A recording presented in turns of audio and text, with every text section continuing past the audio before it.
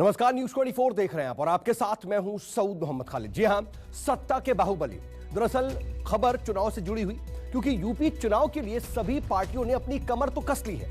उम्मीदवारों की लिस्ट भी जारी होने के साथ साथ नामांकन का दौर भी जोर शोर से चल रहा है और इसी पूरी प्रक्रिया में एक बार फिर से प्रदेश के बाहुबली नेता सुर्खियों में है। जी हां, क्रिमिनल रिकॉर्ड वाले बाहुबली नेताओं पर भले ही बीजेपी की योगी सरकार ने नकेल कसने की कोशिश कर दी हो, लेकिन बावजूद उसके बाहुबली नेता चुनावी मैदान में कूदने की जुगत भिड़ा रहे हैं।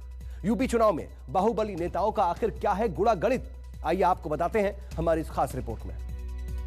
हम आपको भरोसा दिला के जा रहे हैं। आप सबको मेरे ससुराल में बहुत बहुत स्वागत। प्रदेश में कोई दंगा नहीं, क्योंकि दंगाइयों को मालूम है दंगा करेंगे तो 7 पीढ़ियां भरते भरते थक जाएंगी, लेकिन भरपाई नहीं होगी।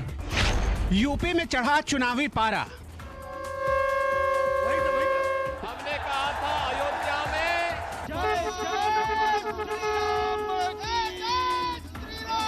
मैं लड़की हूँ, लड़ सकती हूँ। हर किसी के पास जीत का नारा। वो पैदा करे खाई, समझ लेना वही है भाजपाई। जो गरीबों का पैसा लूट करके पिछली सरकारों ने भर भर करके दीवालों के अंदर भरा हुआ था, तो सबसे पहले बुरा लगा था समाजवादी पार्टी के बबुआ को। समाज के लोगों का भी हर स्तर पर काफी ज्यादा शोषण एवं उत्पीड़न आदि हुआ है। मैदान में उतर कई महारथी।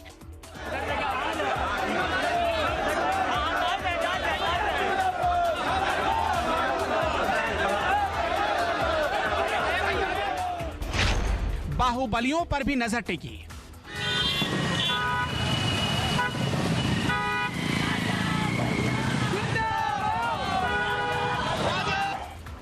लोकतंत्र के महापर्व में छोटी बड़ी पार्टियां मिलाकर उत्तर प्रदेश में करीब 300 से ज्यादा दल हैं और हर दल अपने अपने इलाके में जीत का दावा कर रहे हैं। लेकिन प्रदेश में सीधा और तीखा मुकाबला इन्हीं 4 दिग्गजों के बीच है और हर पार्टी अपने अपने हिसाब से जनता का मूड भांपने और वोट अपने पाले करने की जुगत में जुट गई है। हर बार की तरह इस बार भी विधानसभा चुनाव में बाहुबली उम्मीदवारों पर सबकी नजर लगी हुई है। योगी सरकार की सख्त नीति और आपराधिक रिकॉर्ड वाले उम्मीदवारों से भले ही बड़े राजनीतिक दलों ने किनारा कर लिया हो, लेकिन धन, बल और बंदूक के दम पर सत्ता की सीढ़ियों तक पहुंचने वाले ऐसे कई बाहुबली हैं जो अभी भी विधानसभा तक पहुंचने की जुगाड़ में लगे हुए हैं। पिछले विधानसभा चुनाव तक उत्तर प्रदेश की राजनीति में बाहुबलियों का बोलबाला था, लेकिन योगी सरकार ने बाहुबलियों पर नकेल कसी और उनकी गैर कानूनी संपत्तियों पर बुलडोजर जलाया और हिस्ट्री शीटर्स पर नकेल कसने की कार्रवाई की। इतना ही नहीं, बीजेपी की तरफ से बाहुबलियों को टिकट नहीं देने के फैसले ने भी प्रदेश की सियासत में बड़ा बदलाव किया। योगी सरकार में जब से बाहुबली नेताओं और हिस्ट्री सीटर्स पर नकेल कसी गई है, तब से खुद को बाहुबली कहलवाने वाले ये नेता 2 खेमों में बट गए हैं। एक खेमा बीजेपी विरोधी है तो दूसरा उसका समर्थक। अब जब चुनाव सामने है तो समर्थक और विरोधी दोनों ही नए ठिकानों की तलाश में हैं और इसमें अहम रोल अदा कर रहे हैं यूपी के छोटे राजनीतिक दल। लेकिन सियासत के शतरंज में हर नियम की कार्ड तैयार कर ही ली जाती है और सियासी दल इन चालों को बखूबी जानते हैं और अब चुनावी मौसम में इन चालों से अपने मोहरों को फिट करने के लिए बाहुबलियों ने भी तैयारी शुरू कर दी है। बाहुबली बैकडोर से टिकट लेकर अपने पसंदीदा दलों से चिपके रहने की कोशिश में है, यानी बीजेपी और दूसरी बड़ी पार्टियां अपनी छोटी सहयोगी पार्टियों के रास्ते बाहुबलियों को चुनावी अखाड़े में उतारने की तैयारी में है। बीएसपी के पूर्व सांसद और बाहुबली नेता धनंजय सिंह, क्रिमिनल केस में आरोपी धनंजय सिंह 2 बार एमएलए रहे। 2009 में सांसद बने और 2011 में बीएसपी से निकाले गए। अब बाहुबली धनंजय सिंह का झुकाव बीजेपी की तरफ है। धनंजय सिंह अब अपना दल एस से चुनाव लड़ सकते हैं। मल्हान सीट पर उन्हें निषाद पार्टी भी चुनाव लड़ा सकती है। साफ है, बीजेपी से धनंजय सिंह को टिकट मिलने का कोई चांस नहीं, इसलिए वो अपना दल एस और निषाद जैसी छोटी पार्टियों के संपर्क में है। इतना ही नहीं, धनंजय सिंह के करीबी अजय सिंह सिपाही और अतरौलिया से अखंड सिंह भी निषाद पार्टी के ही संपर्क में बताए जा रहे हैं। बीकापुर से बीएसपी के पूर्व विधायक जितेंद्र सिंह बबलू हैं। बाहुबली जितेंद्र सिंह बबलू पर कई क्रिमिनल केस दर्ज है। जितेंद्र सिंह बबलू बीजेपी में शामिल होने में नाकाम रहे और अब निषाद पार्टी के टिकट पर चुनाव लड़ने की कोशिश में हैं।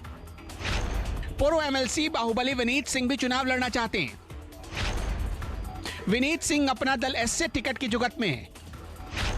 इसके अलावा वाराणसी से निर्दलीय एमएलसी बाहुबली ब्रजेश सिंह भी टिकट के लिए लाइन में है। माफिया से नेता बने मुख्तार अंसारी चुनाव लड़ सकते हैं। एसबीएसपी के प्रमुख ओम प्रकाश राजभर ने अंसारी को टिकट देने के संकेत दिए हैं। दूसरी तरफ अयोध्या की गोसाईगंज से विधायक रहे अभय सिंह, सुल्तानपुर के बाहुबली चंद्रभद्र और यशभद्र सिंह, आजमगढ़ के बाहुबली रमाकांत और उमाकांत यादव भी छोटी पार्टियों से आस लगाए। बीकापुर से बीएसपी के पूर्व सांसद जितेंद्र सिंह बबलू वही नेता हैं जिनके ऊपर रीता बहुगुणा जोशी के घर जलाने का आरोप लगा था। बीजेपी ने बबलू से दूरी तो बनाए रखी है, लेकिन बबलू निषाद पार्टी के जरिए बैकडोर से एंट्री करने की कोशिश में है। ठीक इसी तरह से मुख्य राजनीतिक दलों ने भी अपने सहयोगी दलों के माध्यम से बाहुबलियों पर दांव लगाने की पूरी तैयारी कर ली है और इसमें समाजवादी पार्टी गठबंधन काफी आगे भी निकल चुका है। उधर अतीक अहमद चुनाव लड़ेंगे या नहीं इसकी घोषणा तो नहीं हुई, लेकिन उनकी पत्नी शाइस्ता परवीन असदुद्दीन ओवैसी की पार्टी एआईएमआईएम में शामिल हो चुकी है। यानी चुनाव में अतीक अहमद और उनकी पत्नी उतरी तो मुमकिन है टिकट भी एआईएमआईएम से ही मिलेगा।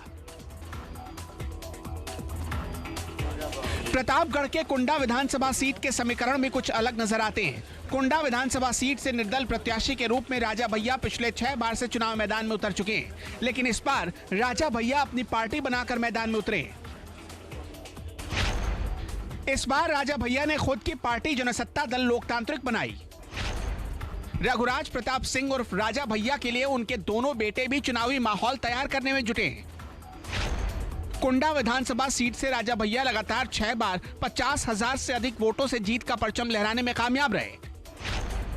2017 के विधानसभा चुनाव में राजा भैया ने अपने सभी रिकॉर्ड को खुद तोड़ते हुए 1,03,000 के बंपर वोटों से जीत दर्ज की थी। वहीं राजा भैया को सबसे कम मतों से जीत 2007 के विधानसभा चुनाव में मिली थी। तब राजा भैया सिर्फ 53,000 वोटों से जीतने में कामयाब रहे। आज तक उनकी जीत का ग्राफ कभी भी 53,000 वोटों के नीचे नहीं खिसका और यही वजह है कि जीत की गारंटी माने जाने वाले राजा भैया पर सभी पार्टियों की नजर है। इन सबके अलावा करीब 2 दर्जन और ऐसे बाहुबली नेता हैं जो किसी न किसी पार्टी के बैनर तले 2022 के चुनावी समर में कूदने के लिए बेताब है। मुख्य दलों ने क्रिमिनल रिकॉर्डधारियों से पीछा छुड़ाने की तैयारी की, लेकिन सहयोगी छोटे दल बड़ी भूमिका निभाकर बाहुबली नेताओं को एंट्री दिलाने की तैयारी में है और इसके पीछे की बड़ी वजह है कि दल जीत की गारंटी वाले प्रत्याशी तलाशते हैं। बाहुबली अपने दम पर जीत हासिल कर लेते हैं। बाहुबली नेता चुनाव का खर्च भी खुद उठाते हैं।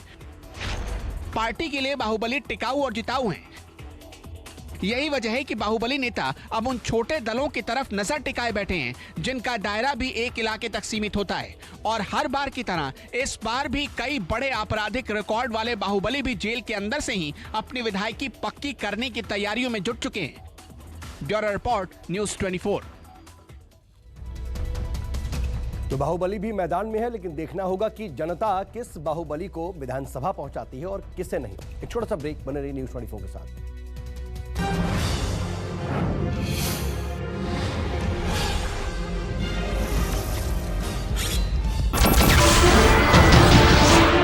नमस्कार, मैं हूं मानक गुप्ता। अगर आपको हमारा ये वीडियो पसंद आया हो तो इसे लाइक और शेयर जरूर करें और हां, हमें सब्सक्राइब और फॉलो करना ना भूलें ताकि आप देश और दुनिया की कोई खबर मिस ना करें। तो जुड़े रहिए हमारे साथ और देखते रहिए न्यूज़ 24।